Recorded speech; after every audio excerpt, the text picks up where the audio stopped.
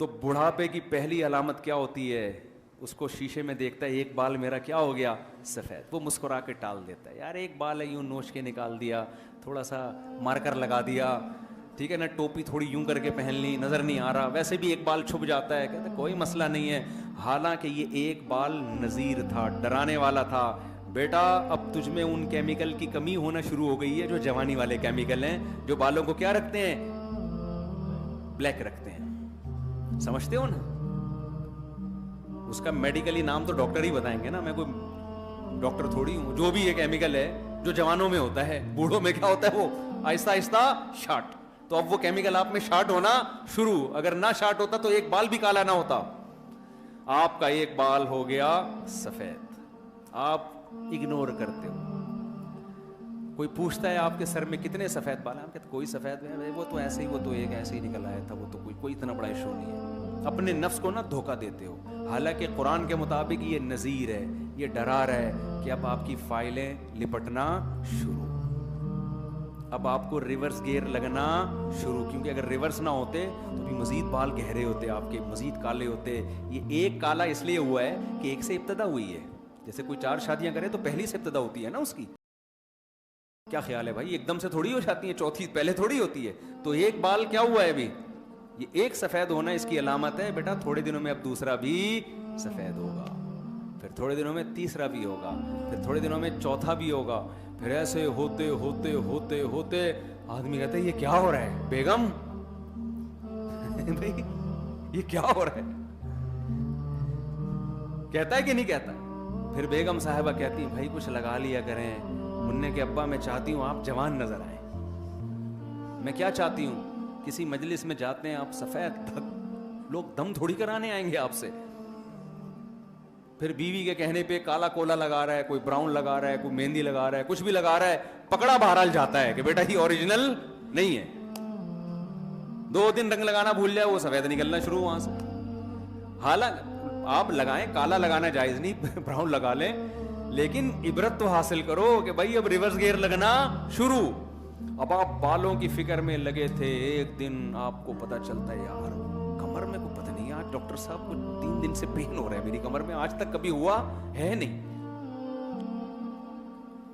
پہلے تو ڈاکٹر آپ کو بیوقوف بنائے گا. ہو جاتا ہے اصل میں، آدمی تھوڑے یوں کروٹ پہ سوتا ہے، کبھی یوں کروٹ پہ، تو یہ والے مسل دبرے ہوتے ہیں. بھائی جوانی میں بھی تو، جوانی میں ایسے ٹیڑھے میڑھے سو رہے ہوتے ہیں نا، یوں یوں کر کے. دیکھا ہے ہم جب بچے تھے نا، ہم ایسے سوتے تھے کہ سوتے یہاں تھے، صبح نکلتے وہاں سے تھے. ہم اماں کہتی تھی ہم سلا کے یہاں گئی تھی، نکل کہاں سے رہا ہے؟ ایسے کلا بازیاں کھا رہے ہیں، وہ ادھر اس پہ بھی کلا بازی، اس کی ٹانگ اس کے سر پہ لگ رہی ہے، وہ اس کی ٹانگ ہمارے سر پہ لگ رہی ہے، پھر بھی سو رہے ہیں. عمر زیادہ ہوتی ہے، وہ نیند بھی مارکیٹ سے شارٹ. تھوڑی سی کہیں کتے نے بھونکا، آدمی گیٹ کھول کے دیکھتا ہے بھائی میری نیند خراب کر دی اس نے. کہیں کسی نے تھوڑا سا بول دیا اٹھ گیا، پھر نیند ہی نہیں آ رہی پوری پوری رات. یہ سب چیزیں کیا ہیں؟ نذیر کہ بیٹا اب پشاور آنے والا ہے. اب کیا ہے؟